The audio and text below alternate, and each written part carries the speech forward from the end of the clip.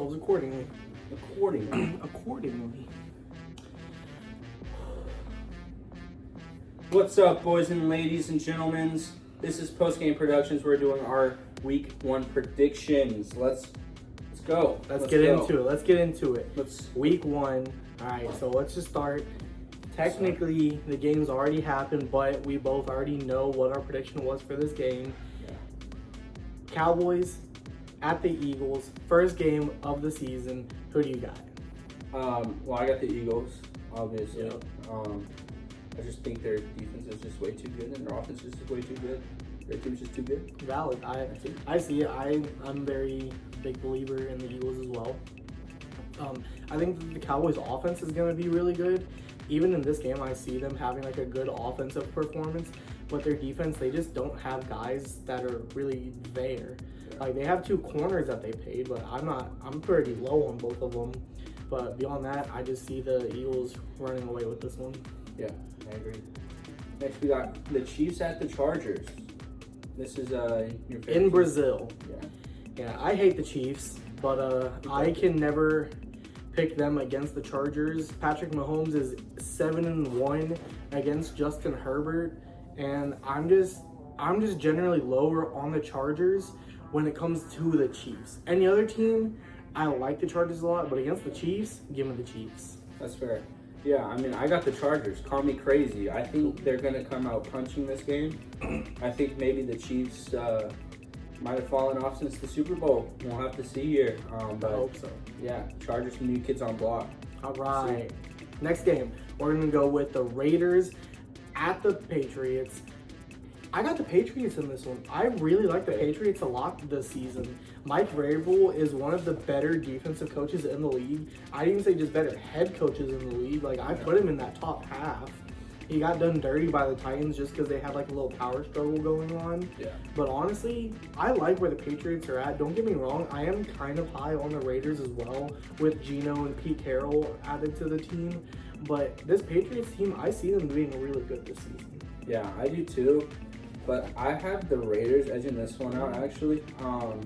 Sure, they're going to New England, but I just think with Pete Carroll, it's his last opportunity as a head coach. I think he's obviously getting to that age where they're going to start retiring. So, yeah, and they got Genty, they got Geno. I mean, Jacoby Myers just asked for a trade, which I thought was pretty funny. Oh, I didn't even see that. Yeah, but he was denied, obviously. So, yeah, I have the Raiders. I think their team's just very solid. I think their defense is pretty solid. But, yeah, I think it'll be a good game. All right, next game up, we got the Pittsburgh Steelers at the New York Jets. A little mini Aaron Rodgers revenge game, if you could even call it that. Same for Justin Fields. Both guys swapped teams this past season, going head-to-head. This is a pretty tough one. Yeah. But I'm going to go with the Steelers. They're just a more established team with Mike Tomlin. The defense is always, year after year, one of the better defenses in the league, especially with TJ Watt out there. Freshly paid TJ Watt at that. And I think Aaron Rodgers still has plenty in the tank.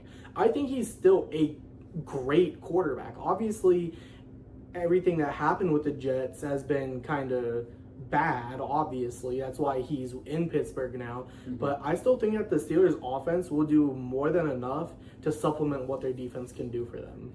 Yeah, I agree. I think it'll be a pretty good game again. I think both defenses are really good. Yes. I do have the Steelers winning this one. I just think the coaching is what makes the difference in this game. So, yeah, I got the Steelers winning this one. Not much I can say about it, really. All right. So, next we got Dolphins at the Colts. Okay. If you want to go ahead and start it off here, you can. This is a pretty tough one because both teams are kind of in this phase of it's like they looked like they were in the right direction, and now everyone's just kind of against them. It's one of the tougher week 1 matchups because who knows what we're really getting from either side. Yeah. But just because of the fact that Daniel Jones is one of the worst starting quarterbacks in the league, I'm going with the Dolphins. Tua isn't a bad quarterback, especially if he stays on time and in rhythm. If he can hit Waddle and Hill, get A-Chan on plays out of the backfield, then I think that this team still has that explosive capabilities. And defensively, they're kind of just one of those like middle to lower tier defenses. But if they can just get a decent performance against Daniel Jones, they should pretty easily take this one. Yeah, I agree. I have the Dolphins here, and my key matchup is the wide receivers versus the Colts back end. I just think the Colts, their secondary has been struggling a lot against deep threat, mainly. So if you got one of the fastest wide receivers in the league, and you got one of the best, well, not best route runners, but he's a really good route runner in Jalen Waddle. And you got Achane who can catch the ball as well. I just think that's going to be too much for the Colts. But I wouldn't be surprised if the Colts did win, but I still have the Dolphins. All right. Next game up, Cincinnati Bengals at Cleveland Browns. Keep in mind, this is week 1 Cincinnati Bengals. Yeah. But I think this is the year that they buck the trend, that they show, they saw last year, having a slow start, what that can do to them. They lost 5 of their first, 7 games last year, and it just put them in a hole. If they win one of those games, one more of those games, they're in the playoffs. Yeah. So they know that they need to start fast, especially against this Cleveland team that kind of doesn't really know what they're doing, especially at the quarterback position. I think Joe Flacco can still play, as we saw with him in Cleveland 2 years ago, and even a little bit in Indy last year. But I think that the Bengals' offensive weapons is just too much for the Browns to be able to keep up with. And I think that the Bengals take this one. Yeah, I mean, I can't say that much better. That's kind of what I was thinking as well. I got the Bengals here. Just T. Higgins, Jamar Chase, Chase Brown. I think those weapons are just going to be too much. And ultimately, I don't think Cleveland really has all the numbers to stop them. I think it's going to be a pure offensive battle here. I do like what the Cleveland Browns have. It's going to be interesting. I'm pretty sure they signed Jenkins, or they're about to. So yeah, they just did. So it's going to be a good game. It's going to be fun to watch. But I think the Bengals win by at least 7.5. That's my spread. I'll take that over all day. So yeah. Nice. All right, moving on. In a kind of a sneaky game for me, I really like this game's what it can be. It's the New York Giants at the Washington Commanders.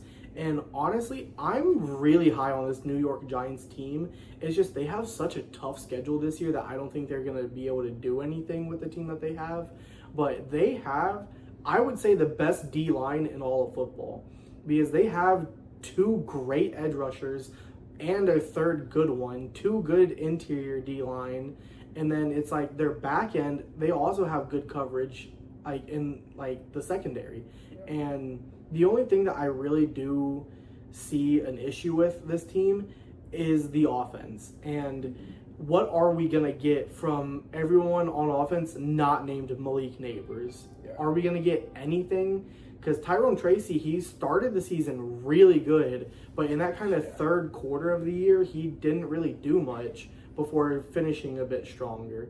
Well, ultimately, I think that the Commanders do take this one. Jaden Daniels, I think he's going to show why he was the Offensive Rookie of the Year last year. I think he's going to keep rolling like he did. I don't know if he replicates the success he had last year going 12-5, but I think that they are able to take down this Giants team. Yeah, I mean, I think the Commanders had such a great season last year. And, I mean, you saw it with the Texans. It's hard to follow up seasons like that.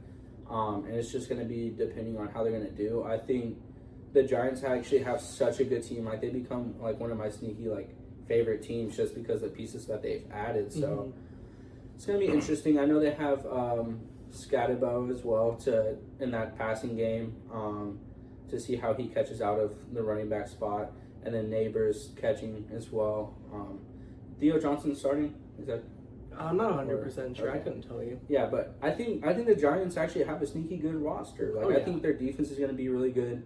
But I think Jaden Daniels, just with his speed, just to get around those pass rushers, is going to help them win this game. So I have the Commanders. I really like their team as well. This is gonna be one of my favorite games to watch of the week. Oh yeah, this is one of my sneaky good games. This is probably, out of all the 1:00 games, this is gonna be the one I have my eye on the most. 100%. All right, moving on. We have the Carolina Panthers at the Jacksonville Jaguars. Another game that I'm kind of looking forward to. A battle of the kitty cats, you could say. I really like this Panthers team, especially offensively. They have like a few pieces defensively that I'm interested in, but offensively, this team has everything it needs. It has the quarterback in Bryce Young. It has playmakers in Leggett and McMillan and Chuba Hubbard. Can't forget Chuba. And they have a pretty good offensive line. So I see them being able to take it to Jacksonville offensively. The only issues is Liam Cohen on the Jags, their new head coach. He's an offensive genius. I'm really high on him and what he can do for this Jaguars lineup, especially whenever he's got Trevor Lawrence, Brian Thomas Jr., and now Travis Hunter to throw to, as well as Etienne and Bashal Tootin out of the backfield. So this game is going to be really tough. This is going to be probably my second favorite game to watch behind the Giants and Commanders game. But I just don't know which way this game goes. This is honestly probably the hardest to predict for me. Yeah. But ultimately, I really do believe in this Panthers team, and I think I'm going to give them the win in this game. Yeah, I love this game as well. I think both teams are actually super even. I wouldn't be surprised if the spread was 0.5 on this game. It could literally go either way. And I do have the Jags winning this one just because they have Travis Hunter, they have Brian Thomas Jr. Trevor Lawrence, he's going to come back for a revenge season. I like what they have at the running back slots too, with Etienne and Bigsby and Tootin, just a three-headed monster back there. But yeah, I wonder what they're going to do at the tight end spot because they gave up Evan Ingram. So it's going to be interesting to see what they do out of the passing game. But I think their defense will keep up. So I'm going to give the slight edge to the Jags here. All right. And moving on, we got the Tampa Bay Buccaneers. This game. They're going to Atlanta to face the Falcons, which this is another one of those games that is just really tough to call. One of these week 1 divisional games. Divisional games are weird. Week 1 games are weird. And I don't know what to expect from this game. I could see anything. I could see a defensive slugfest, offensive shootout, just a nice evenly balanced game. I could see one team blowing out the other team blowing them out. It's just one of those games that the line's at 1.5 for a reason. I believe it is in favor of the Buccaneers. Yeah. But it's still too close to call. Which I could see this game being one of these 28-27 games that just ends like that, And the only thing that I'm going to say about this game is that the Buccaneers are going to be going with their third offensive coordinator in 3 years, which it might even be another added year of that. I'm not 100% sure who they had before Dave Canales, but going into 3 years in a row now with a brand new offensive coordinator is tough, which Baker Mayfield, I don't know if you know this, but he's had a different offensive coordinator every single year of his career so far, which is just absolutely insane. Well, and then the Falcons, they have so many playmakers on offense. Yeah. They got their defense right, or at least they hope they do, with 2 young pass rushers, hoping that they can be the solution that they need at that spot. But ultimately, I think I'm just going to go with the experienced team, with the experienced quarterback, the experienced head coach. Give me the Buccaneers in this game. Yeah. This is going to be the game that we probably watch live. Maybe I'll put on Red Zone, we'll see. But I actually have the Falcons edging it out here. I know the Bucs, they have a super good team offensively and defensively. But I think the Falcons, it's at home. And I think they're just going to come out punching. I think Bijan, he's insane. London's insane. I think Kyle Pitts might have a really good year this year. We've said that for the last 4 years now, I believe. So every year since that rookie season. Yeah, but I know Penix in an interview said he was going to throw it to Pitts a lot this year. So that's exciting words to hear if you're a Falcons fan. So I'm going with the fun pick here. I like the Falcons. But the fun pick could be the Bucs too if you like Baker. So. We'll see. Yeah, I love the Falcons, the all-fantasy team lineup. Literally. All right, moving on in what's the third largest spread of the Week 1 slate. It's the Arizona Cardinals at the New Orleans Saints, and I think week after week we're going to see this trend where whoever's playing the Saints has one of the biggest spreads out there. So this Cardinals team, I think that they're moving in the right direction. They're just slowly ticking up that ladder, which this is Rich Gannon. He's Rich Gannon, right? Yeah. Rich Gannon, he's going into his 3rd season with the Cardinals as their head coach. He's a defensive mind, but their offense has been like starting to hum, especially last year. They have one of the most diverse run games out there. They just need to see if they can get the pass game clicking. If Kyler and Marv can get on the same page, this is going to be like a top 5 offense. Just sneaky good. But they have to rely on that connection working and hitting together to be able to work. And I know for all those people, all 6 of you that watched our earlier video about our tier ranking the teams, the Saints are the worst team in the league. By far. Like, they're pushing worst team in league history, which I don't know if they really like match up with those like 0-16 Browns or the 0-16 Lions, but I don't see them doing any better than 2-15. Maybe they go 3-14. Like, this team is worse than that Texans team from a few years ago, worse than that Commanders team from a few years ago, worse than that Patriots team from a few years ago.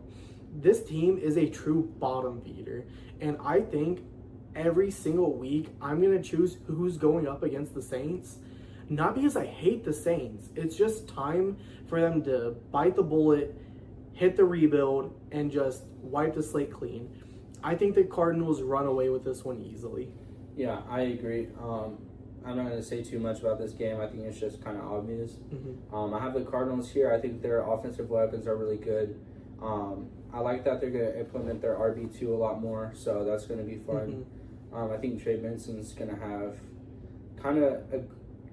it's kind of like how, I guess, Jameer and David Montgomery are. I think they might try to implement that running back duo with those two, so we'll see. But I think the Saints, dude, I would love to see a battle of the 0-16 Browns versus the Saints team. I think that would be so fun to watch. Get the Sean Kaiser out there. Yeah, but I wouldn't be surprised if Olave's traded at the deadline. But yeah, I got the Cardinals. Yep, same. All right. Moving on. Another divisional matchup, week 1. The San Francisco 49ers versus the Seattle Seahawks. I'm going to go ahead and hedge this right now.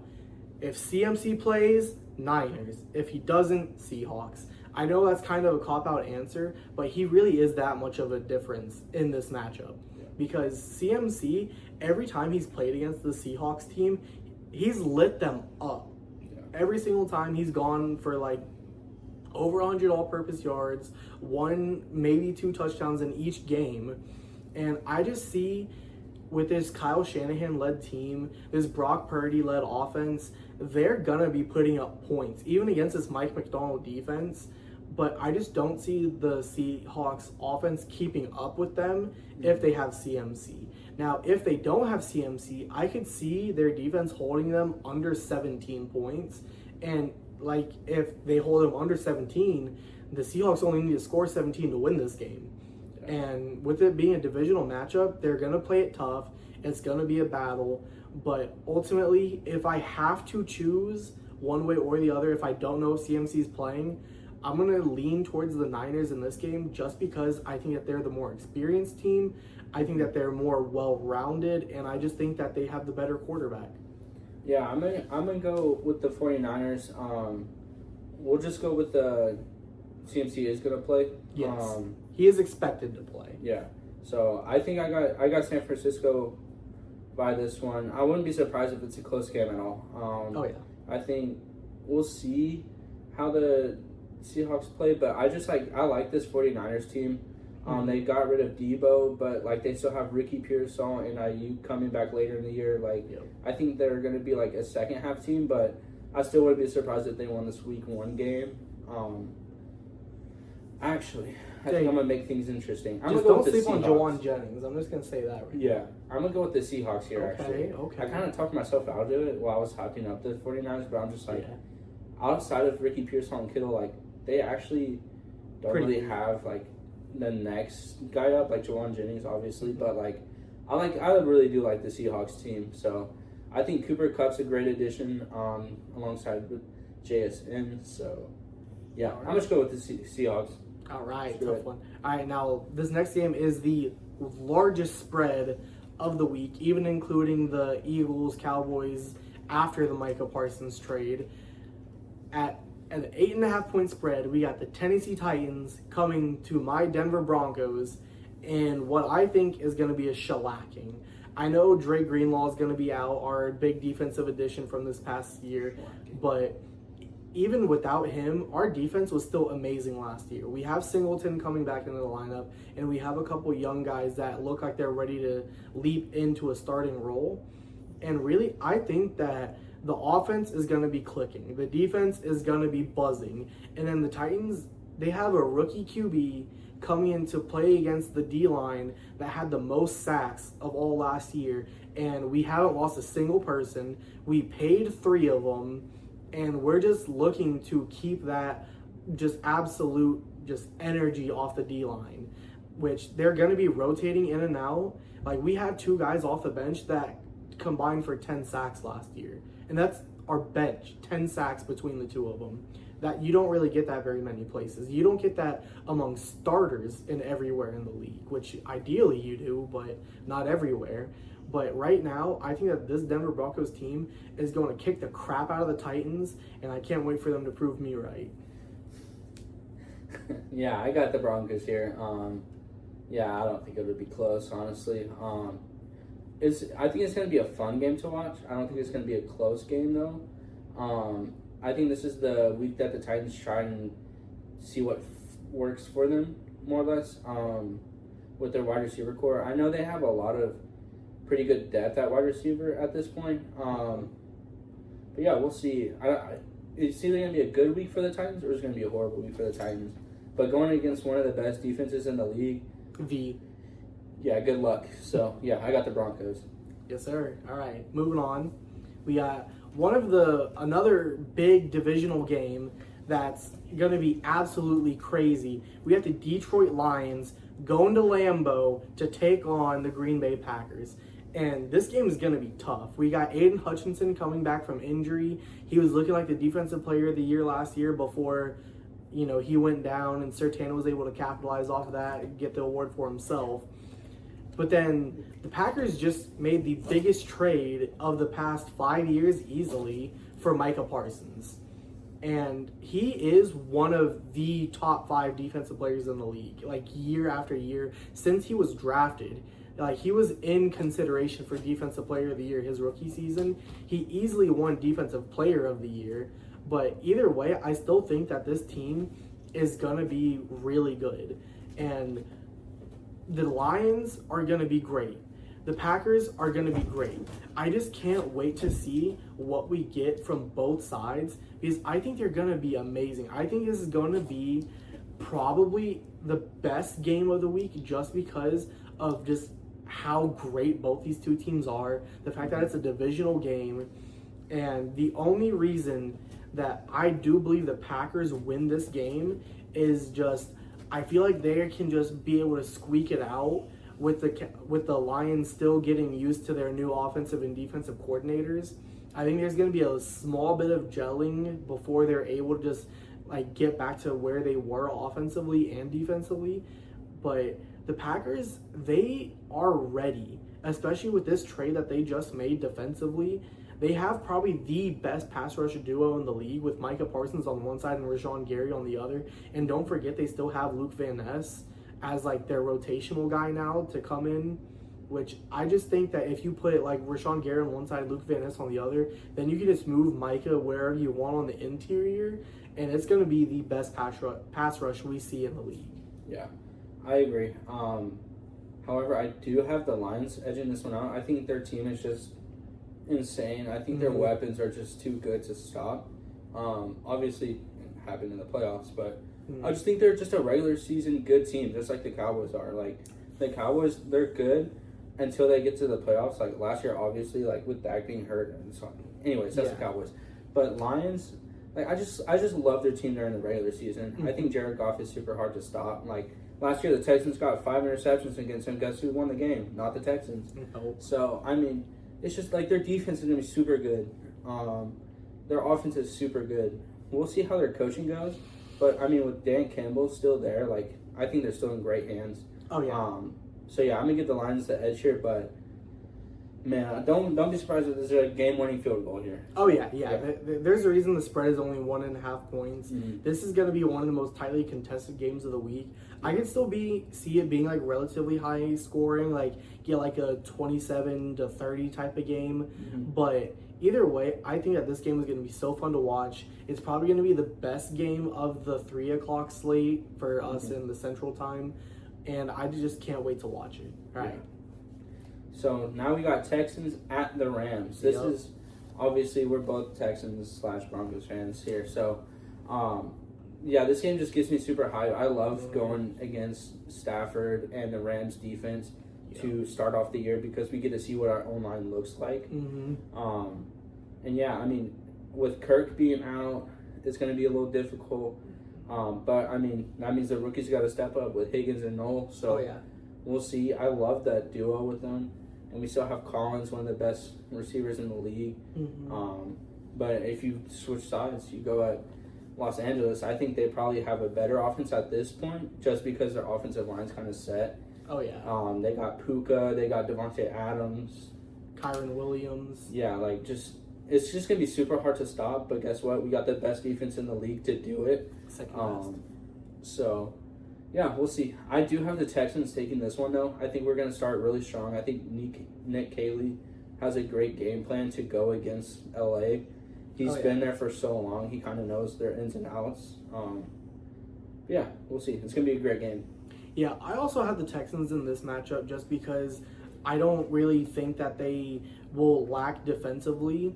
I think that the woes at offensive line are definitely pushed to be a bigger thing than they are, because look at our O-line last year and we still won 10 games. We were still beating good teams. We were still able to win the division. I don't think this year is going to be any different. People were saying like, oh no, the O-line got so much worse, but really the only thing we lost was Tunsil. Everyone else that we lost on our O-line were liabilities, which at every other position, it was upgraded. You could argue left tackle. We have Ursary now at left tackle. We're hoping that he can be that franchise cornerstone where he's going to be there and just set it, forget it. He's going to be there for 10 years. That's what we want. That's what we're hoping for. Will it happen? We don't know. But I believe in the kid. He's looked great all preseason. We've been moving him around, and he's looked good everywhere. And it's to the point where we just need to get our starting 5 out there, our best 5 O-line, and he's one of the 5 best, so that's why he's starting. Is left tackle his best spot? We don't know, but we sure hope it is. And either way, I still think that the Rams are going to do great things offensively. Kyron is going to run the ball hard, but the Texans have had a top 4 run defense every year. That, I believe D'Amico Ryans had a top 4 defense, rush defense every year since he took over for the 49ers. So he took over for the 49ers and his first 2 years here. He had a great run defense. I don't think that's going to lack. And then pass defense, we have Sting, Lassiter, Bullock, C.J. Gardner-Johnson is playing, right? Yep. Is playing, Petrie. And then we still have other guys at depth spots that can do great. So I really think that this team is set to be great defensively and really good offensively. So I think we take this game. Yeah, and one thing that I didn't bring up is Ed Ingram is questionable. So we could also see Ursary go over to that right tackle, push in Titus to guard, and then Titus to right guard. Yep. Putting Cam back at left tackle. Yeah. But that's the thing about having Ursary is how multiple he is. Same thing with Titus Howard. He can play tackle or guard on the right side. Yeah, and you can say the same for Shrugs if they want to go that route as well. Like he can play center either side of the guards. Like it's so funny to think about how the Texans O-line was so bad last year, but then you look at the depth that we actually have on the offensive line this year. It's actually pretty funny to see. Yep. But now we got the Ravens versus the Bills. Yep. Everyone's going to be watching this game. Yup, everyone. It's a playoff, like, just rivalry here at this point. Rematch from last year. Yep. Let's see. Will Andrews catch the touchdown this time? No.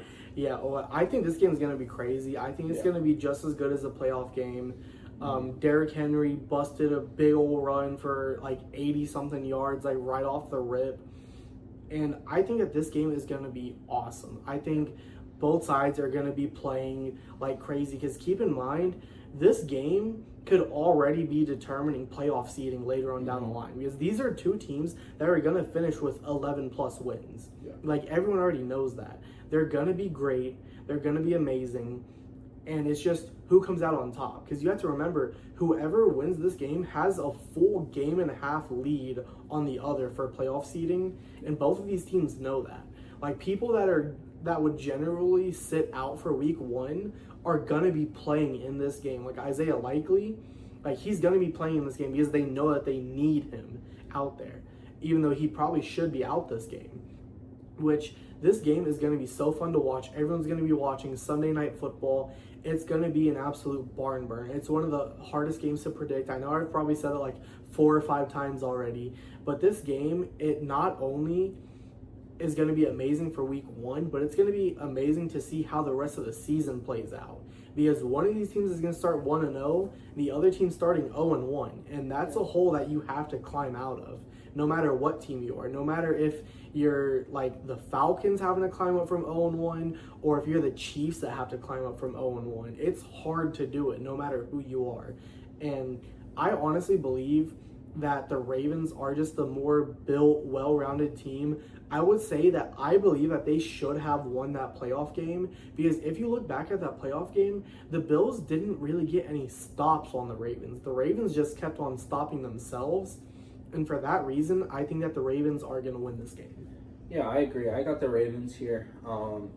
I think their team even got better than last year, whereas the Bills, like, I feel like they're kind of at the same spot as they were last year. So, yeah, I got the Ravens here. I think their defense is going to step up. I think their offense is obviously going to be as good as it was last year. So, yeah, I'm going to be glued to this game, that's for sure. All right, last game of week 1, we have the Minnesota Vikings at the Chicago Bears. Yes. And this is one of the most interesting matchups, because there's a lot of unknown going into this game. Mainly offensively on each side at the quarterback position, because for the Vikings, it's J.J. McCarthy. He's just now able to play. It's going to be his first real NFL snaps. This whole team is relying on him, because if you don't think about the quarterback position, I'd say that the Vikings have a top 3 roster in the NFL. But whenever you drop that quarterback in there, J.J. McCarthy, we don't know what he is. Like, they could drop all the way down from this amazing, great team to this just not even considered good team just because of the quarterback play. And that's why it's so hard to predict this game, because we also have on the other side first-time head coach Ben Johnson with the Caleb Williams, who was supposed to be this generational quarterback. Obviously, last year didn't go great, but, no one would even watch film with him. So how does he even really know what he's supposed to be doing in the right moments? Really, I think that this game comes down to which defense outplays the other. And it's going to be 2 great defensive minds. We have Brian Flores, the DC for the Vikings, and then Dennis Allen, the DC for the Bears, coming over from the Saints. I know everyone's going to look at his time as a head coach and be like, oh, he was bad. But if you look at him defensively, those teams were playing great defensively. It was the offense that was giving them issues. And so that's why I think that really this matchup comes down to which defense is able to slow down the other team's offense better. Because can the Vikings blitz the crap out of the Bears, confuse them, mix them up, get Caleb to make mistakes, get the offensive playmakers taking shots over the middle?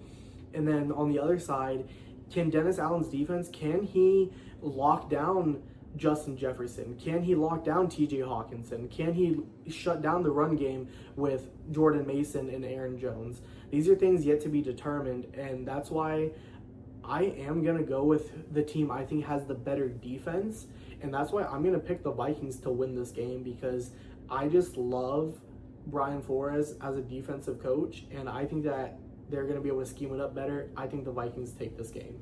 Yeah, I like all the points you made. I do want to go with the Bears here. I think Caleb Williams is going to have a great year. Okay.